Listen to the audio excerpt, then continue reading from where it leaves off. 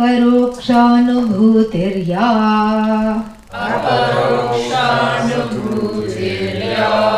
Dental na, Haridhar. Na. Yeah, aparokshanubhutirya.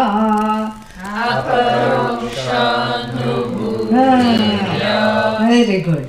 Vedanteshu nirupita.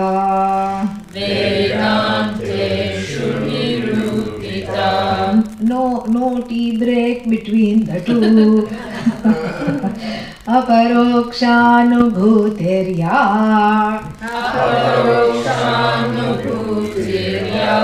Vedanteshu nirupita.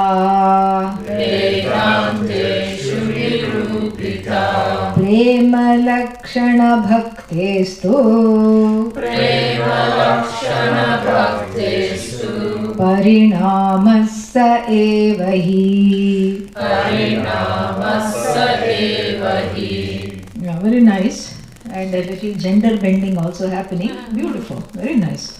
So, as we said before, in looking at this word by word, this thing called aparokshanubhuti, that is highly prized among the students of Vedanta. What is that? The experience of oneness. That's how it's translated as that. If the experience of oneness was a special experience, then that means what? It comes in time and it goes away in time, correct? So there was a time where the experience of oneness was not, and there will be a time where the experience of oneness is not.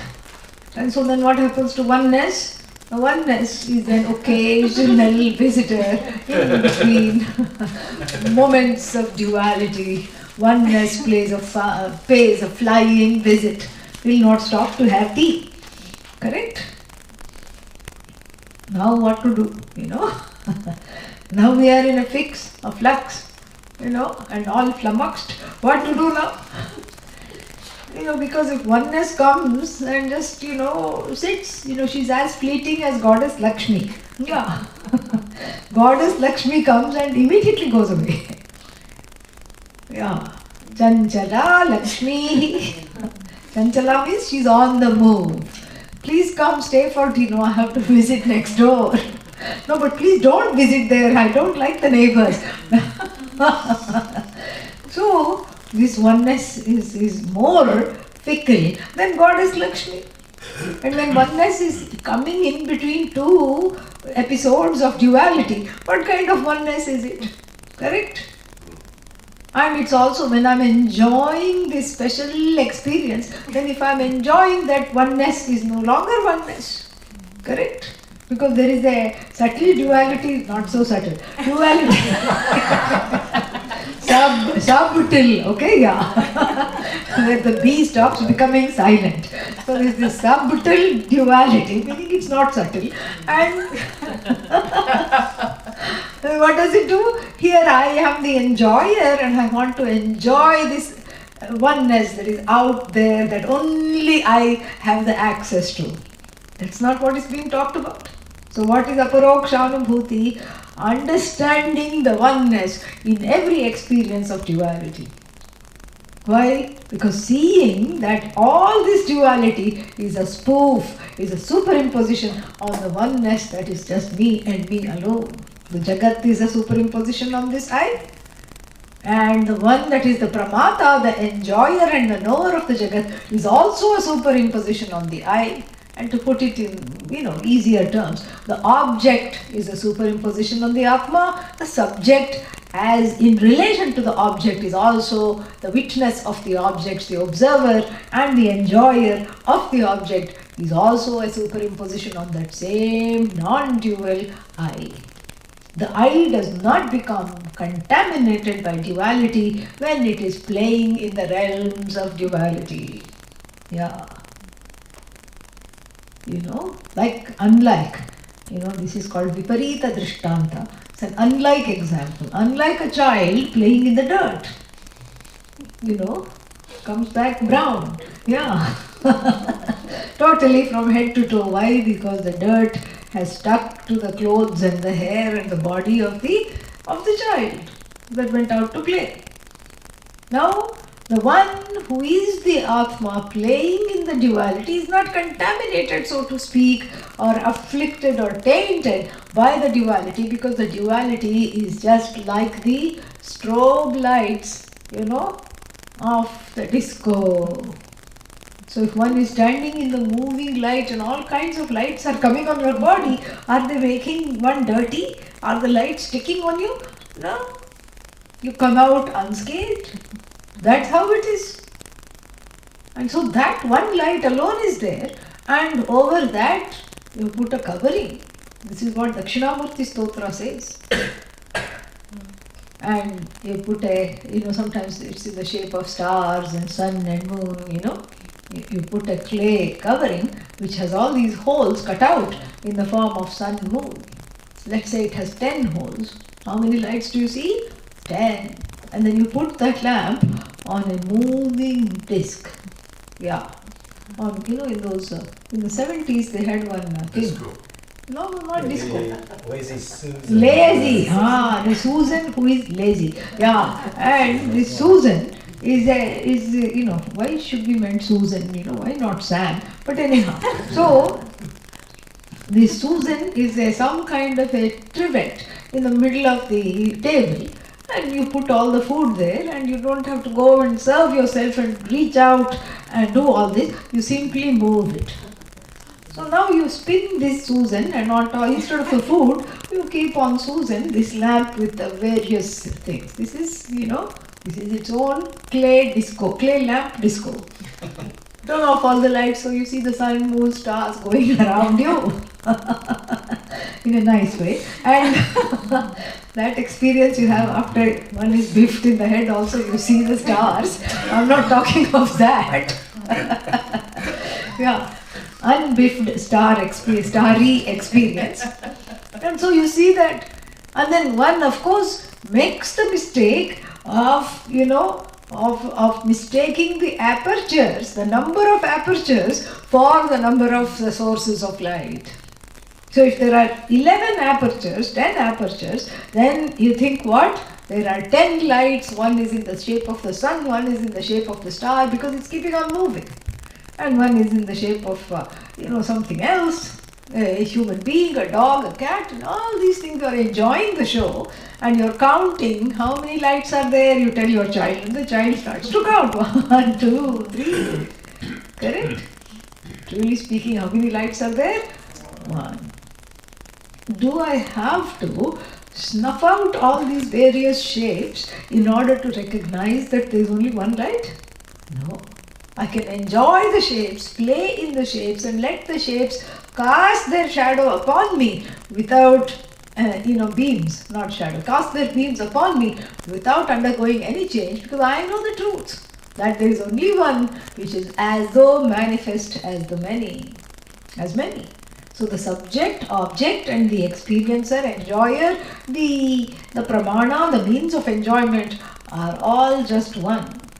That one unshakable, untainted, unafflicted I, that is the oneness, which is experienced all the time. So even while experiencing duality, the invariable I presides over the duality and is unafflicted by the duality, and is the truth, is the invariable aspect in every cognition. Even in cognizing duality, there are two cognitions needed. Like, for example, if I have to say, this is what?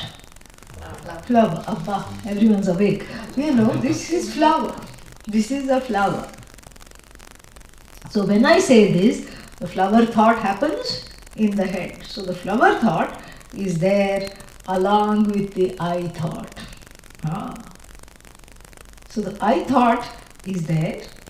The I thought is constant. And the flower thought is just a morphed, time-bound expression of the I thought of the, object in the form of the flower. Then you put down the flower, and then what? What kind? Let us see. Rich and dark. Yes. Rich and dark chocolate. Then what happened to the rich and dark flower? Gone. Replaced by chocolate. And so the one who is, who doesn't know this will think that, okay, flower gone, chocolate came. But here, what is gone is only flower thought gone. Flower thought came, chocolate thought came. Alas, chocolate thought gone. Oh, along with the chocolate thought, I also went. My heart is in the chocolate. In fact, I am nothing but chocolate. You did not go, you are still here. How do you know I am still here? Because you are lamenting about it. That means somebody is crying, it must be you. Why I am always crying? That is another question you have to answer. Yeah. The lamenting person who says, I am gone if this is gone, even though they are saying I am gone, they are not gone at all. This is a very interesting thing. So the person who says, the person in love with chocolate or another person, chocolate colored person, doesn't matter. But the person who's in love, will say, oh, if this person goes, I also go, I have no meaning. My life is without meaning. I'm also gone because you left me, I'm also gone. My friend left me, therefore I'm gone. The person who is saying I'm gone is very much here, correct? Is the cognizer of the as though going and as though coming. So that cognizer doesn't go. Is always there. That is aparoksha because it is ever available. Ever available, never. Na udeti, na astameti. Does not have this experience like the sun rises and sets. It's always constant. Na vridhim yati, na kshayam. It does not increase, it does not decrease. Heyopadeya varjita. Adi Shankara's terms. Heya means, something that is to be given up. Upadeya, something that is to be gained. So it's free of gain, it's free of loss, it is not to be given, it's free of being given up, because what do you give up? You can't give up the giver-upper, You're left with something there which cannot be given up. And then what? Upadeya, there is nothing to gain, nothing to lose. And then to put it again in Adi Shankari Kali, upachaya, apachaya, rahitam. Upachaya means puts on weight. Apachaya loses weight. Doesn't lose weight. That I is constant. It is the witness. Even when one complains of feeling lonely, you are very much there. Even when you say, I am disconnected, I am alienated, you are very much there. I'm having an out-of-body experience, you are very much there. So, that which can never be gotten rid of, that is there in and through all the experience. That is the truth and the content of the experience duality, which shines constantly, which is ever available, never goes out of sight. That is the one called aparokshanubhuti. And this is constant. You cannot say, I'm not experiencing the self. You are experiencing the self. No, but self is Ananda, but I'm crying. Self is Ananda, and what are you doing? I am crying. So what does that prove? That proves I am not Ananda. No. That proves that Ananda is wiping your tears. Ananda upholds the tears. It is on the backdrop of Ananda that a little rain shower. That's all. Enjoy it. Personal cloud of ignorance. Raining just on your head. Theek hai. It's upheld by Ananda. Even the tears are upheld by Ananda because you are there to tell me that I'm not enjoying this. In fact, the ultimate enjoyer the ultimate enjoyer does not need an object for enjoyment. The crying enjoyer, the superimposed enjoyer is missing that object. And the one that upholds the one missing the object is not missing anything. So the non-missing Ananda is helping you to let out a few feelings in the form of this, a little cold shower. In the form of tears. That's all it is. Maya megho jagat niram parshatu esha yada tada chidakashasya kahanihi kolabha iti gatihi. Gatihi means this is the progress. Progress is made in Vedanta. This is the ultimate. Gati also means destination. So the destination and progress lies where? In this particular attitude. Talked about very poetically by a writer. And what is that? Maya megha. So the clouds are Maya. And then what is the word? When Maya rains, if Maya is the cloud and Maya rains, what will it rain? Literally cats and dogs. Jagat is the rain. So Maya, Shakti, Bhagavan's Shakti, which is credited with the, with the job of manifesting this Jagat. So Maya is the creatrix. So, meaning she's up to full of tricks. That's why her name ends in tricks. Maya megho jagat niram.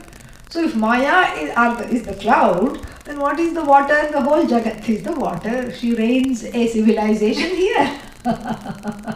And we, with a magnifying glass, call it Greek civilization.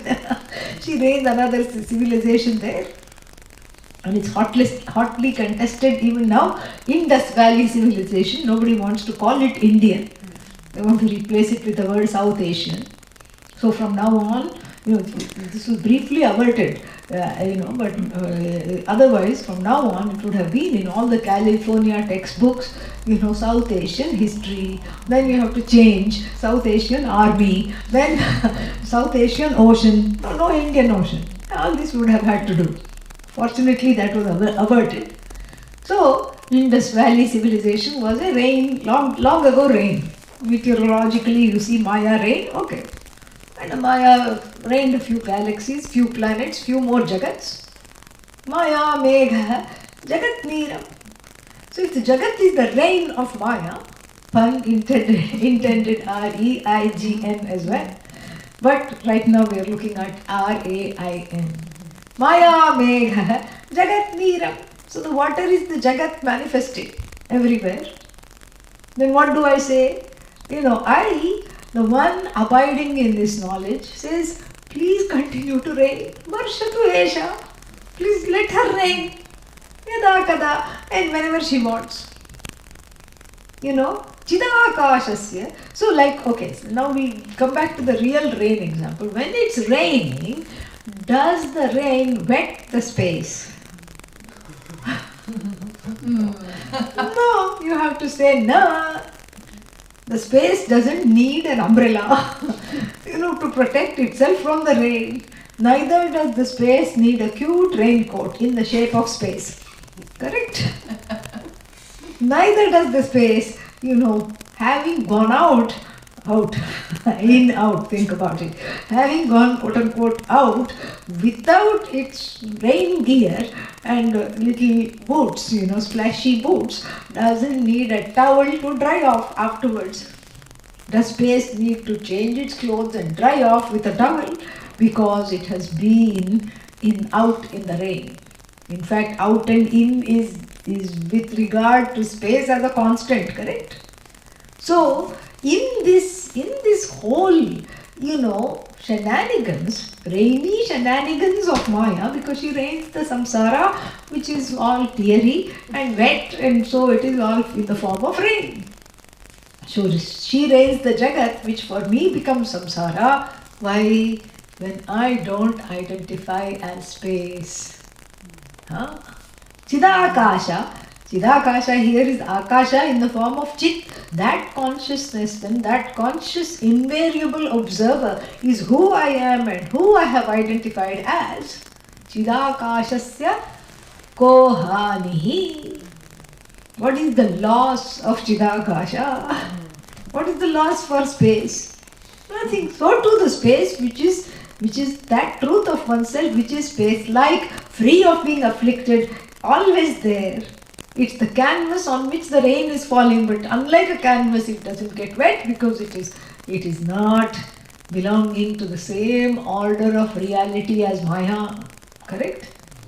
What's Chidakasha? When even the quote-unquote real empirical space doesn't get wet, what to talk of Chidakasha? That spaciousness, which is the Atma, the space like Atma, which is free of any tainting, any affliction, any osmosis. It does not absorb anything.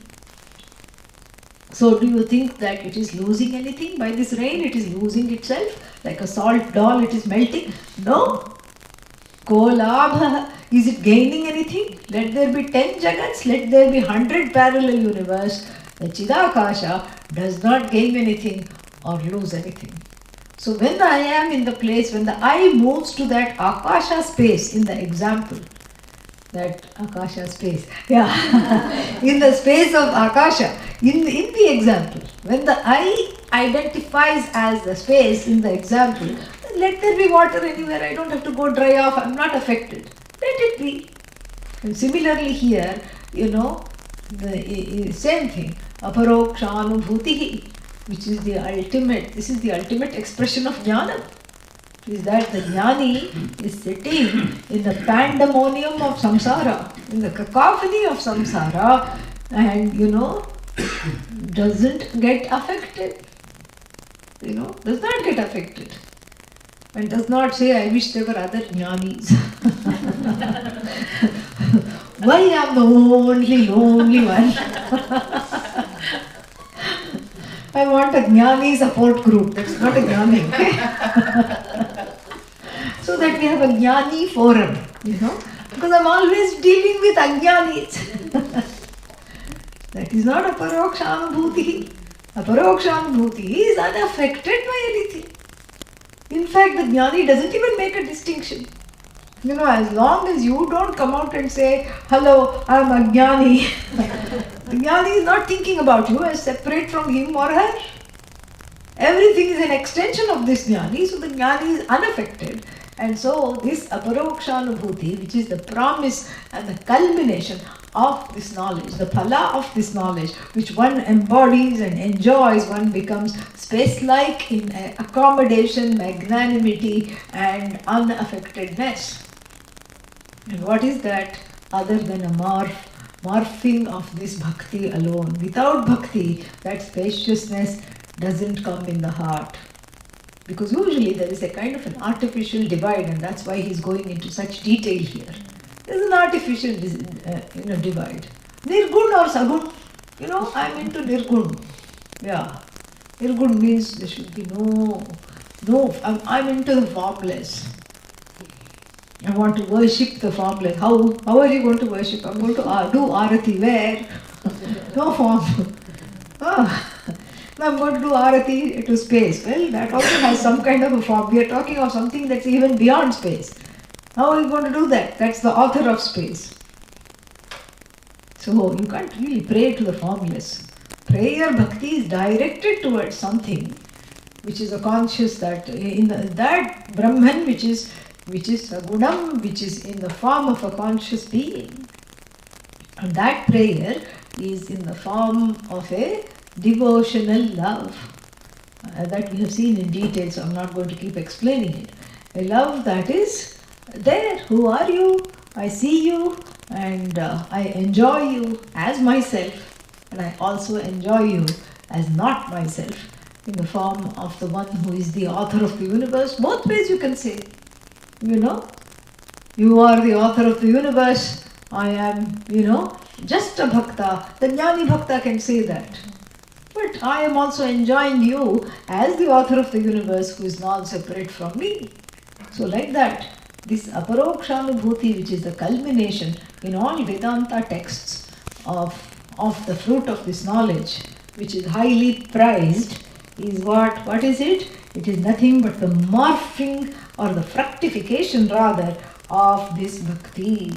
When the bhakti culminates and fructifies, it looks like this. Of course, along with the knowledge we have to take, okay? Along with the knowledge. So when the bhakti fructifies, then it is non-separate from the knowledge. Prema lakshana bhaktehe parinamah. Parinamah here means, usually it means a morphing or a consequence or a result, but here it means a maturing. Maturing of this loving devotion is indeed non-separate from what is called in Vedanta as that, as the ultimate gain.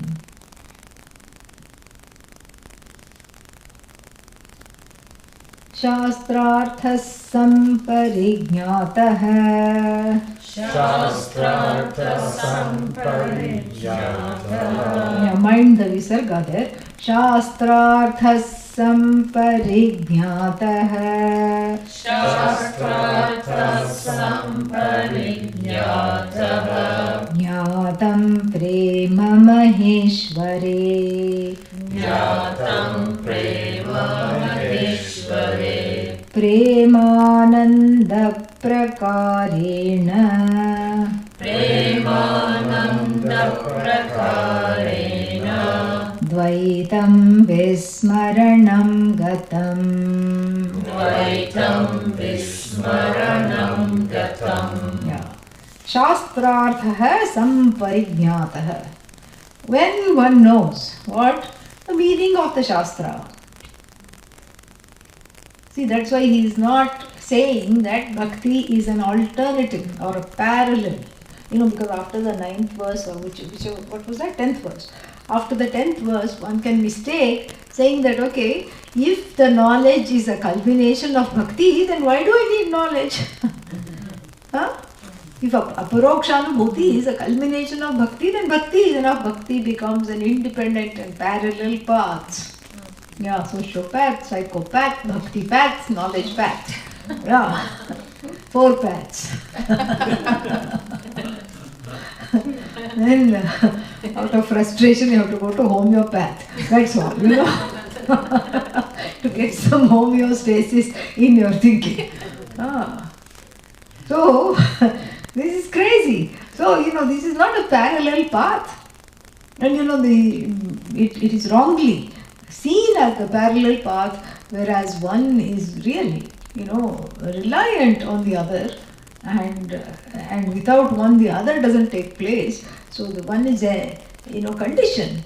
It's an auxiliary condition, because jnanam is because of knowledge, and bhakti paves the way by clarifying the heart and preparing the heart for this, the expression and the understanding to abide in that heart. Because if the heart is all, cut up and upset, it cannot manifest that truth, which it already is. So the bhakti's role is very big. Without bhakti there is no knowledge, we say, but this is assuming that one is pursuing the knowledge without bhakti. We saw that nothing happens. With bhakti, if you pursue, something will happen quickly. That is the whole idea. So here, lest one think from verse number, 10, that this bhakti is a parallel path. So here he is talking about how they are not parallel paths. There is only one path, because if you don't know, you have to know. And whatever is coming in the way of knowing, you have to take care of that. So what is being talked about here? It's being talked about, how the two work in tandem. So, Shastrartha samparignatah. So for one, so here is a person who knows the meaning of the Shastra.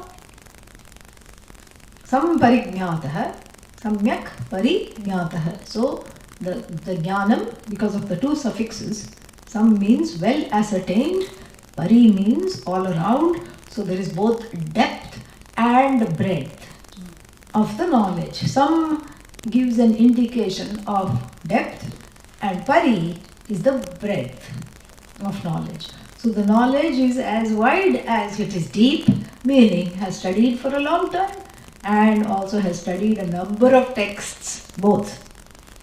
is well versed in the text and has, soaked in the knowledge for a length of time. So, samyataha, well ascertained, parijnataha, all round, he's he or she is an all-rounder in the knowledge, and doesn't, when you say things like panchadashi, doesn't think of it as a particular kind of a dish, a side dish. Yeah. Doesn't think of it like that. So, so therefore, is well versed.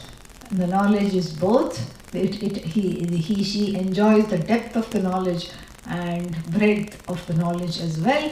Samparignyataha, shastrarthas samparignyataha. So not only has the love of the Shastra and has taken the time to study, bhaktihi asti maheshware, correct? Or something else, am I making it up? Yeah, prema, jnatam. And also one more thing is known. Not only the word of the Shastra is known, prema maheshware. The love for the Lord is also known in the heart, meaning that love has translated into the knowledge of Bhagavan. Correct? And he's going to say that later. First the child is calling daddy, daddy without knowing the word daddy. Then as the child grows up, the child understands what is daddy. So similarly here, in the beginning, the person is just saying, oh Bhagavan, hey Bhagavan, hey Bhagavan. And then later on the person understands what is this Bhagavan because of this, knowledge. And again, it's not, there is another theory that is proposed where the people start to have it. These are people who were ancient mediators. And what did they do? They said, let's not fight. Don't say bhakti and is better than jnanam or jnanam is better than bhakti. Let's all get along. How do you propose that? Let's all get along by saying little bit of bhakti, little bit of jnanam, stir and mix and beat it very well. Then you have moksha espresso. Yeah. That's what. Stir, stir, stir. So therefore, this is what is called jnana karma samuchaya vadinaha. So they think that little bit of karma in the form of bhakti, a yajna here, a yajna there, here a puja, there a puja, everywhere, all kinds of rituals, and then a little bit of, smattered with a little bit of knowledge, leads to moksha. What's wrong with this? Everything. Exactly. That's the correct answer. Why? Because it does not understand the problem. What is the problem? Ignorance. So ignorance and karma are like oil and water. They don't mix even in a salad dressing. I've told you this. It doesn't mix. Because ignorance needs to be resolved by knowledge. That's the antidote. Supposing you have a thorn in your foot, you need another thorn to remove it, correct? You cannot say, oh, I'll eat ice cream and it'll become okay. How is that? How is that going to address the thorn in your foot? No, I'll stop crying. Yeah, you have to stop walking altogether because even to the ice cream store, because you're not going to be able to do that. So this is the problem, and this is what is addressed here properly. And this is, bhakti is not, besides, moksha is not a product. So it cannot be produced by action. By action, the only thing that can be produced is what? Karta. That's all. The doer is reproduced repeatedly, the sense of doership. Other than that, the action doesn't accomplish anything in terms of knowledge. So in terms of one's ignorance, action doesn't accomplish anything. It's like, hobbling around with a thorn in your foot and trying to make it feel better by listening to music and having cake and ice cream. It's not going to work. So, and people do this life after life. This life gone now, never mind, next life, some kriya. Kriya means, air is free. Breathing is involuntary, but someone makes money off it by telling you how to breathe. So this life kriya, next life vikriya, Then after that another prakriya. And so what is the at the bottom of it? Kriya. Kriya means action. Some kriya or the other one is keeping on addicted to. And so since bhakti comes under the realm of action, because you have to do bhakti. You can't just sort of, say I'm feeling very devotional. That's not going to do anything. Bhakti is expressed. And so is expressed in action. So the knowledge is not expressed in action. The knowledge is fully its own self. And its own, it removes ignorance or the wrong perceptions about I as not having moksha. I am not free, I am bound, I am unliberated. These are the very notions that the knowledge dismisses. Bhakti cannot dismiss these notions. Bhakti, what does it do? It straightens out the priorities so that you can assimilate, you can allow these notions to let go and you can assimilate the truth of yourself thereby. So moksha being, siddha, something that's already accomplished, bhakti cannot do anything to help you accomplish the moksha. But however, it's a condition that is there that will help you to open the heart to this knowledge, to let the knowledge, to receive the knowledge without allergic reactions, without apathy, without taking it for granted, without intolerance, and without feeling immune to it, and without rejecting it outright. This is what the bhakti does. The bhakti opens the heart for this knowledge to be revealed. That is what it does. And so therefore what? So therefore, he talks about it in verse number 11, that the love for Bhagavan, to know Bhagavan as the truth of oneself, and to know this Bhagavan as all love, that is what Premananda Prakarena. So this is a Premananda Prakara means Prakarena means through this gradual blossoming, through this gradual opening in the heart, what happens? Advaitam Vismaranam Gatam. Advaitam Gatam first. That everybody can understand. Advaitam Gatam means what? Duality gone. How? It's gone and by being forgotten. So here the transformative power of bhakti for someone who is an avid jigyasu, who is consciously pursuing the knowledge is talked about, because bhakti, the knowledge helps you be a better bhakta, really. And bhakti helps you to be a better jigyasu. So both of them, help each other. And so therefore what? So the person who is a jigyasu here is talked about very beautifully. Sampariknyataha shastraha. And then what? Bhakti, prema maheshware asti chet. Then what happens? Then all wonderful things start to happen. Premananda prakarena. Dvaitam vismritam. Dvaitam vismaranam gatam.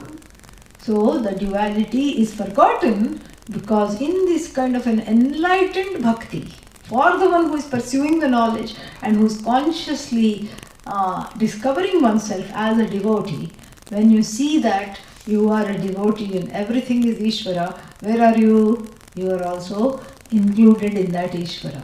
The limited pains, sorrows, wants, wanter, everything is resolved in this understanding that all is Bhagavan.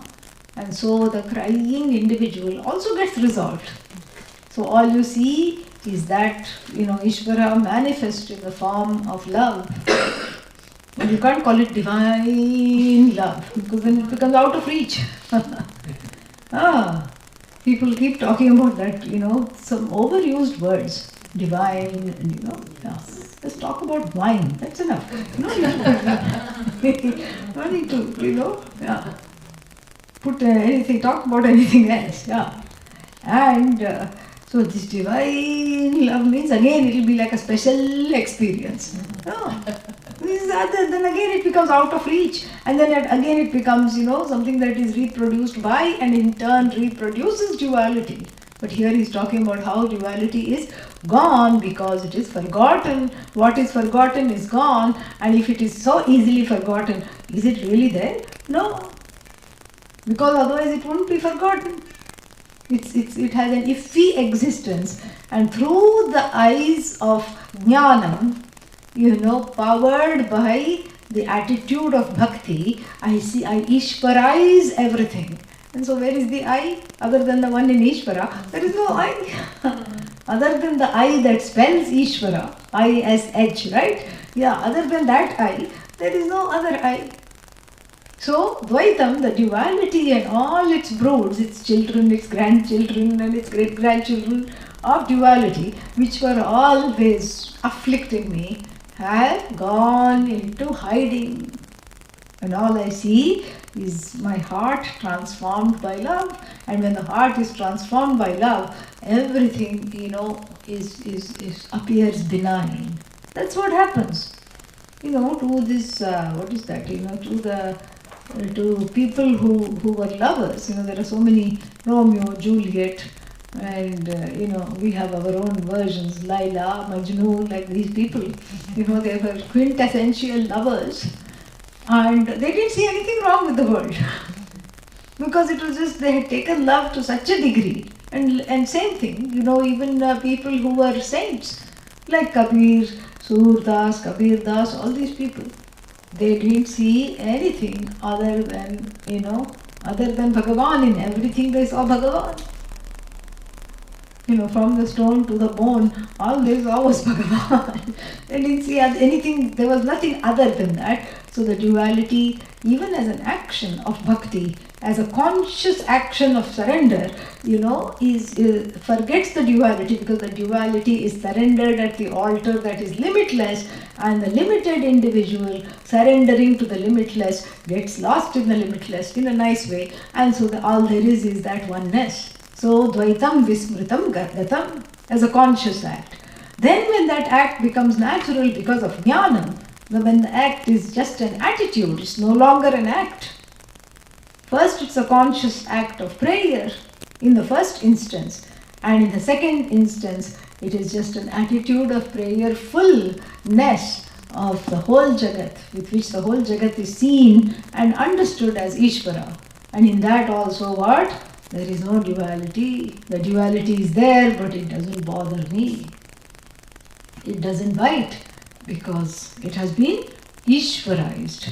So, lest someone think from the eulogizing bhakti that it becomes a parallel path, it has been given very, very beautifully. Shastrartha samparijñātah jñātam jatam prema maheshvare. Oh, I had read it as jñātam, but doesn't matter. Jatam means the understanding arises of what the Lord is. It's similar, yeah. So, the understanding is born. When the understanding of the love for the Lord and the Lord as everything is born, then all this, because of this, whether it's a conscious surrender or it's a, or it is a culmination of the knowledge, then Dvaitam is gone. Correct? And how to do that is talked about here. How does one accomplish this? Vasudevamayam sarvam. Vasudevamayam sarvam. Vasudevatmakam jagat. Vasudevatmakam jagat. Ithandvaitarasadhyasya. Ithandvaitarasadhyasya. Ithandvaitarasadhyasya. Ithandvaitarasadhyasya. Jnanam kimavashishyate. Jnanam kimavashishyate. Beautiful verse. So, first, verse number 11 was from the standpoint of the one who is pursuing jnanam. What does bhakti do for them? Correct? Now, what does the bhakti do? The bhakti helps one see that there is nothing other than there is no duality. The bhakti helps them see that there is no duality, for the one endowed in this knowledge, the duality goes away. With the help of bhakti, the knowledge of non-duality is assimilated. And now, for the bhakta, in the verse number 12, now in the verse number 11, it is the one who is supposedly a jnana aficionado, the one who is espousing jnanam and its contribution and everything, and why the jnanam is important. And verse number 12 is predominantly a bhakta. Both are studying, but one is jnana pradhana and the other one is bhakti pradhana. So the first one was jnana pradhana, and here the bhakti is the primary, MO, modus operandi for this person. And so what does this person say, and how does this bhakti accomplished is talked about. So the person prays like that, or has an attitude like this. Vasudevam ayam sarvam. All this here is Vasudeva. Who is Vasudeva? Lord Krishna. Why is he called Vasudeva? Because he lives in your heart. The one that is all pervasive is Vasudeva. The one that lives right where you least expect it is Vasudeva. Because one thinks of one's heart as full of ragadveshas. Where is space for Vasudeva? Yeah, Vasudeva is there. Unseen, unheard of, but there. And Vasudevatmakam Jagat. So, not only is my heart full of Vasudeva, but the whole Jagat is Vasudeva, to the power of infinity, because the Jagat is infinite. Yeah. So, it is just a spread of Vasudeva alone. And, so each time you think molecules, particles, think Vasudeva. So, so that's all it is. It's all Vasudeva. Itham, in this manner, the person is what? Rasadhya. Rasadhya means the person is a delighter.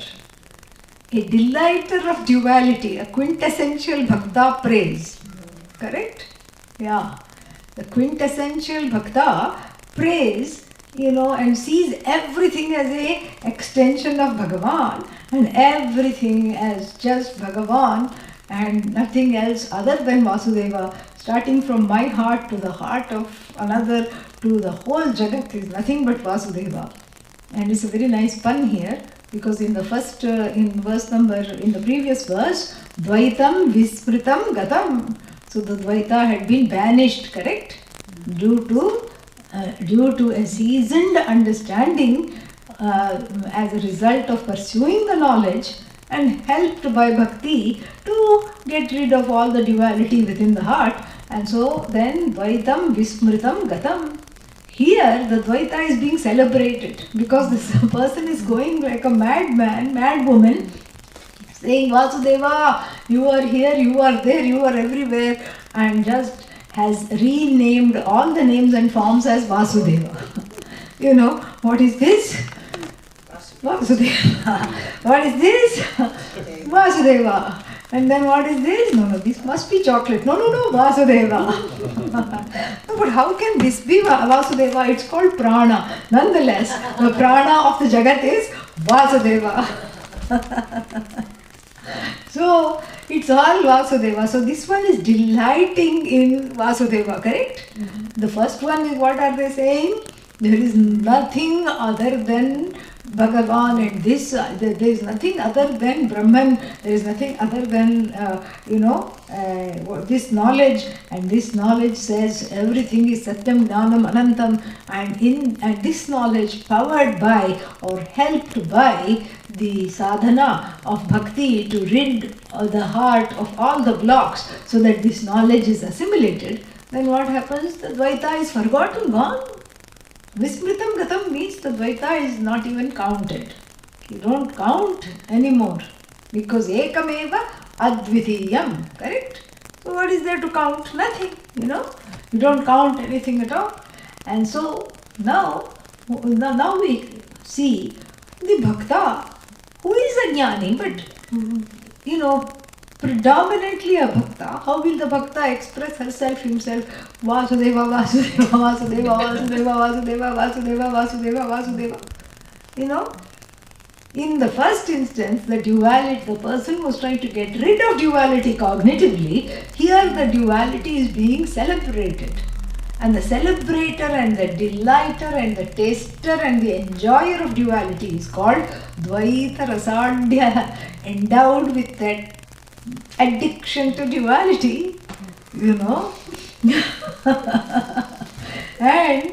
and what is that? So, for such a person, what more can you teach that person? Is there something called jnanam for the person who is reproducing this kind of a duality? And what does that duality look like? Vasudeva, Vasudeva, Vasudeva, Vasudeva, Vasudeva, Vasudeva, Vasudeva, Vasudeva, Vasudeva, Vasudeva, Vasudeva, Vasudeva, Vasudeva, Vasudeva, Vasudeva, Vasudeva. Is there a duality there? No. So if you tell the person, no, you are into duality because you are talking everything as Vasudeva, and let me come and teach you. What is the kim atra avashishyate? What is left for them to teach for one with such an attitude? So in other words, whether once the jnanam has been assimilated, understood, after that whether one calls oneself a bhakta or whether one calls oneself a jnani, it's just parsing of the words, splitting of the hairs. Yeah, this is all it is. Very beautiful. In the first instance, what is the jnana? You know, Shastrartha Samparignyatah, check, you know. How many Upanishads have you studied? 10. All the major quote-unquote Upanishads which Shankara Bhashya has been studied, check. How many Prakarana Granthas have you studied? 20, check. So the breadth of the knowledge is there. Panini, check. Sanskrit, check. Everything, check. And then what? You know, the depth, how long have you studied? Oh, forever. I knew Pujya Swamiji when he was in the cradle, you know. Since then I have studied. You know, I interpreted his first gaga gugus to be, you know, that he was trying to say Guru. I was the one who interpreted. So I have studied for a long time. So Sam and Pari both are check. I have studied for a long time and I have studied the breadth and depth of Vedanta. And then what? And then the love of this knowledge, the love for Parameshwara that was born, and seeing that love everywhere. Gradually, the duality just went away, and I was trying to get rid of the duality, but somehow, because of this check, everything went away. Jnani rules. Yeah. And the next one, what? Is Bhakta, who is also a Jnani, really. But predominantly a Bhakta, because it's a certain kind of a, you know, attitude. Attitudinally a Bhakta, but cognitively a Jnani. You know, so attitudinally, how is that? Ishvara, Vasudeva, in Vasudeva to the power of the infinite, and then because Vasudeva happens to be infinite, Jagat happens to be infinite. And then what? The person delights in duality, and the delighter of duality, you know, what are you going to teach them? You are going to say, no, this is non-dual. No, but I love Vasudeva. And who is Vasudeva? Everything is Vasudeva. I am Vasudeva, you are Vasudeva. Where is the duality? And what are you going to teach them? And similarly, the first one, you cannot say, let me teach you Bhakti, because both the Bhakti, you know, the Jnani Bhakta and the Bhakta Jnani are one and the same. That is his point that he is trying to make. That you can't really separate the two, and it's the culmination of the Jnanam expressing itself in wondrous ways. And he borrows something from the Narayana Upanishad, you know, Narayana Suktam, Mahanarayana Upanishad, and the 13th verse says the following. What does it say? Vasudevah param brahma, Vasudevah param brahma, param Paramatma parat paraha. Paramatma parat paraha. Antarbahishcha tat sarvam. Antarbahishcha tat sarvam. Vyapya narayana sthitaha. Vyapya narayana sthitaha. Yeah, so this is that Narayana Sutta, it's there, and you can see that the second line comes there. So Vasudeva, who is this Vasudeva? When you look into the truth of this, mad bhaktas chanting of Vasudeva and seeing Vasudeva everywhere, you unpack Vasudeva and then and what do you see? Param Brahma. All that the truth of Vasudeva is Brahma. The truth of you is Brahma. This is the only knowledge you can give to such a person. There is not really much for them to see if they reach that stage, because really they are already, they already have that oneness, even though they say they are the delighters of duality. It's not really duality because it has been subsumed by Vasudevaizing everything. And in that Vasudevification, what happens? There is nothing left. And who is this Vasudeva? Param Brahma, Parat Paraha, which is greater than the Maya, greater than everything, the ultimate, that which is Satchidananda, that which expresses as the self, that is Vasudeva, Paramatma. The Bhagavan is Vasudeva. And then what? Where is this? The next very important question, Kutra Asti? Where is this Vasudeva? Antaha, in the heart, in the body, Bahishcha, outside, inside, left side, right side, upside, downside, in between, the cardinal directions and the other directions, everything. What is there? Vasudeva. Who is this Vasudeva? Param Brahma. And where is located? Everywhere. Vyapya Narayana Sthitaha. So this Narayana, this Vasudeva exists as Narayana, Narasya Ayanam, the truth of the human being, as all pervasive, Vyapya, pervading everything, abides where? Both outside, inside, in fact, abides as space. The dividing factor between inside and outside is also Vasudeva. There is no place where this Narayana is not. Very beautiful. And then, this is how, and then, one may say, now we get into slightly tricky waters. Vasudeva for you, Narayana for you, not for me. For me who? Shiva.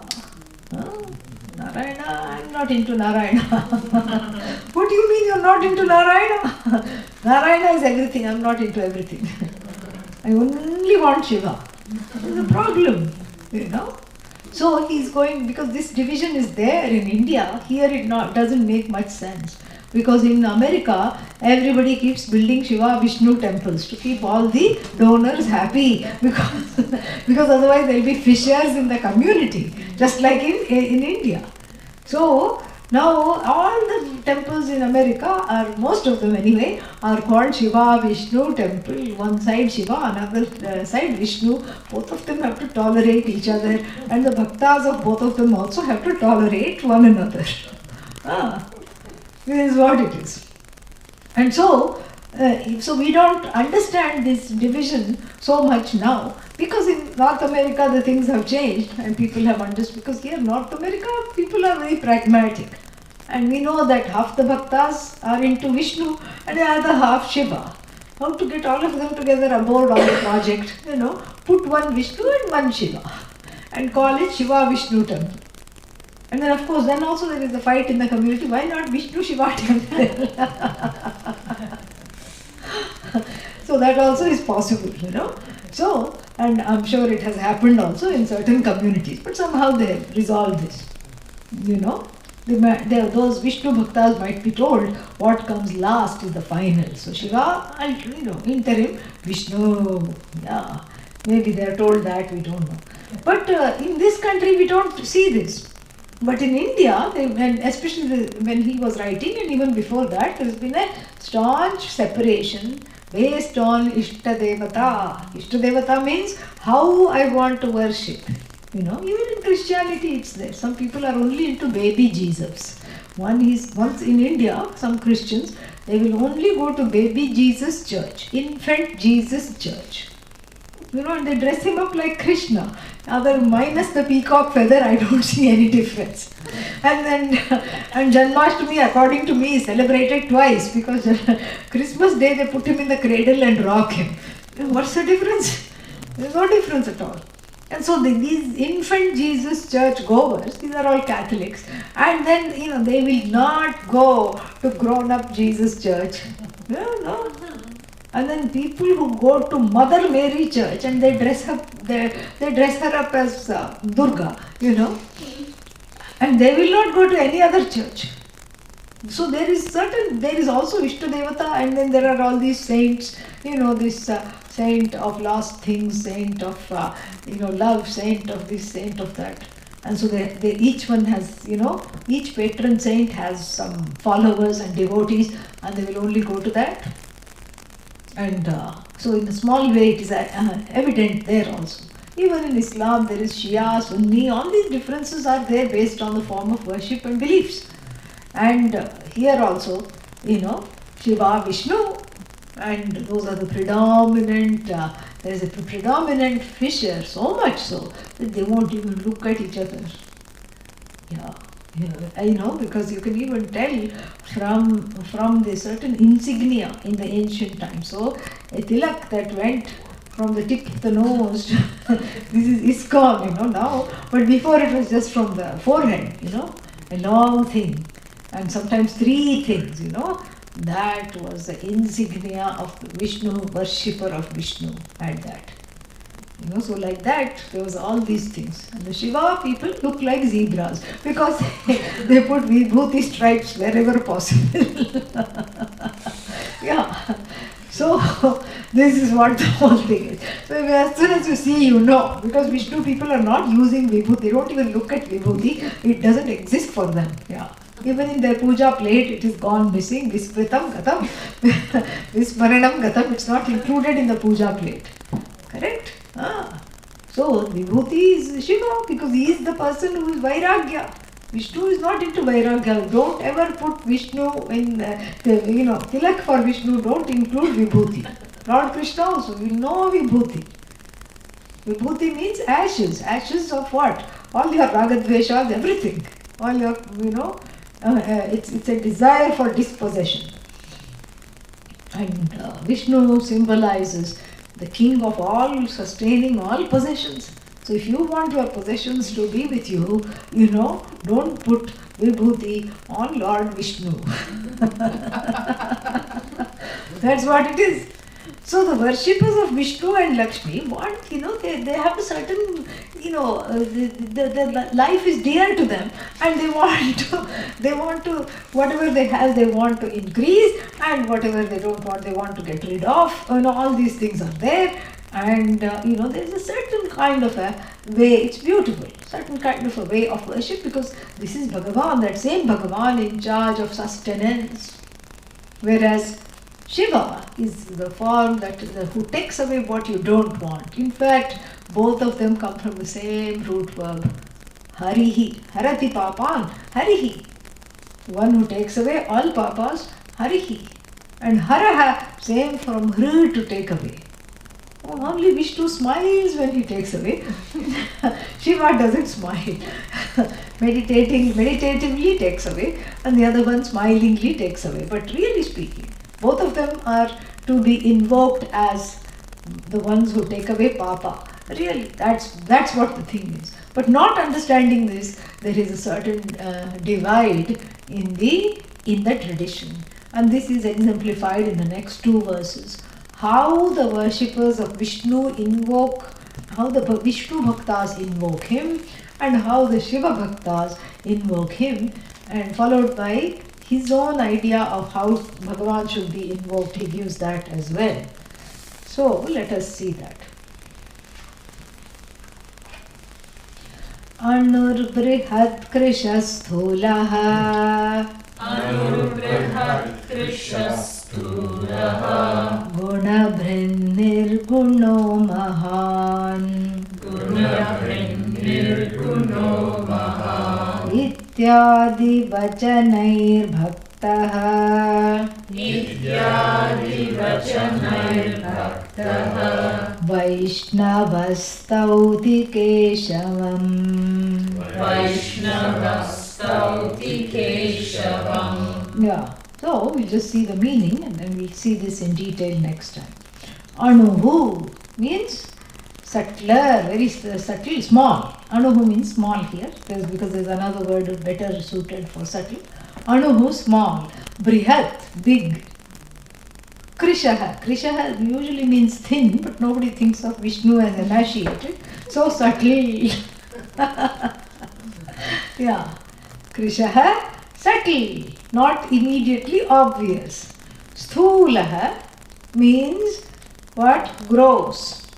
So you are Anu, you are smaller than the smallest, you are, bigger than the biggest. Brihat, Anor Aniyan, Mahato Mahiyan. So you are bigger than the biggest, smaller than the smallest. And then what? Krishaha, Sthulaha cha, you are the subtlest of the subtlest, and then you are the grossest of the grossest. Guna Brit, you are the carrier of all gunas in the form of the Jagat, and essentially you are free of all gunas. You who are with gunas and you who are free of gunas, sattva, rajas, tamas, and all these gunas of Krisha, Sthula, everything is included. And you who is Mahan, greater than the greatest. So, ityadi vachanaihi, through these kinds of words, bhaktaha, Vaishnava Bhaktaha. Vaishnavo Bhaktaha means the one who is a Vishnu Bhakta, stauti, from stu to praise. The second conjugation verbs, they have their own way of going. Yeah, each one has its own rule. Stauti, it takes vriddhi, stu becomes stau. Stauti, kam stauti, keshavam stauti. So, this Keshava, the one with a nice flowing hair, is called Keshava, Vishnu. This Vishnu with a nice set of locks, he is praised by the Vishnu Bhakta as you who are smaller than the smallest, you who are bigger than the biggest, you who are subtler than the subtlest, you who are grosser than the grossest, you great one. Like this, the Vishnu Bhakta worships Vishnu. And let's see what the Shiva Bhakta says. So, Shiva Karta Shivo Bhokta Shiva Karta Shivo Bhokta Shiva Sarveshwareshwaraha Shiva Sarveshwareshwaraha Shiva Atma Shivo Jivaha Shiva Atma Shivo Jivaha Shiva Danyanna Vidyate. Shiva Danyam Vidyate. Yeah, so see, there is the worshipper of Shiva says the same thing. The words are the same, but instead of Vishnu, you put in Shiva. That's all. So, Anor, Anuhu, same thing. Smaller than the smallest, bigger than the biggest. And there is nothing other than Vishnu, Vasudeva, Antaha, Vasudevaha, Vahi, Vasudevam, Idam Jagat, Vasudevam, Param Brahma. Everything is Vasudevakyam, everything's name of everything is Vasudeva. The Vishnu Bhakta is saying. And what is the Shiva Bhakta is saying? Shiva Karta, I am not Karta, Shiva is the doer. Shiva is the doer, I am not the doer. And then who is the enjoyer? Shiva is the enjoyer. I am not the enjoyer, I am neither Karta nor Bhokta. The Bhakta is saying this because in the Bhakti, they see all these Ashtotras and Namavalis have knowledge. They all have the knowledge of Vedanta. And so this is what it says, Akarta, Abhokta. And then who is this Shiva? Sarveshwara Ishvaraha, Sarvasya Ishvaraha, Sarvasya Ishvarasya Ishvaraha. So the ultimate The one who is the ultimate of the ultimate is the Lord of all. And then what? Who are you? Shiva. See, before it was what? Vasudeva. Vasudeva, and every breath. Vasudeva midam sarvam. Vasudevatmakam jagat. You know? And Vasudevam Deva Param Brahma. Vasudeva Paramatma. Like that. Everything was Vasudeva, Vasudeva. Now it is what? Shiva, Shiva. So who are you? Atma. Who is the self? Shiva. Who is the Jiva? The one who doesn't know the self? Ajnani? Shiva. And then what is there other than Shiva? Nothing. Shivat anyaha na vidyate. Nothing other than Shiva even exists. So everything that is Sat is Shiva. Everything that is Chit is what? Shiva. Everything that is Ananda is also what?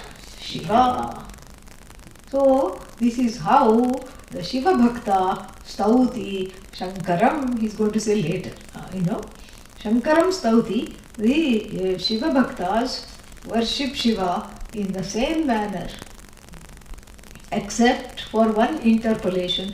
Wherever there is Vasudeva, they cross it out and put Shiva. That's all. Other than that, the mode of worship is the same, where the altar of worship is the same, to whom the prayers go is the same entity, who is Guna Brit Nirguna and who is all pervasive, who is the Karta, who is the Bhokta, who is the ultimate Pramata, who is the truth of everything, who is all pervasive, who pervades the Atma, who pervades the Jiva, who is Brahman, everything.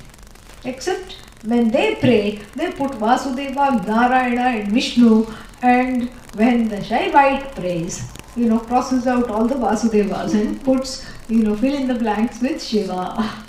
That's what each one does, but really speaking, it's all just one. He's going to talk about that in the next class. Om Purnamada Purnamidam Purnat Purnamudachyate Purnasya Purnamadaya Purnamevavashishyate. Om Shanti Shanti Shanti. Harihi Om Shri Gurubhyo Namaha. Harihi Om.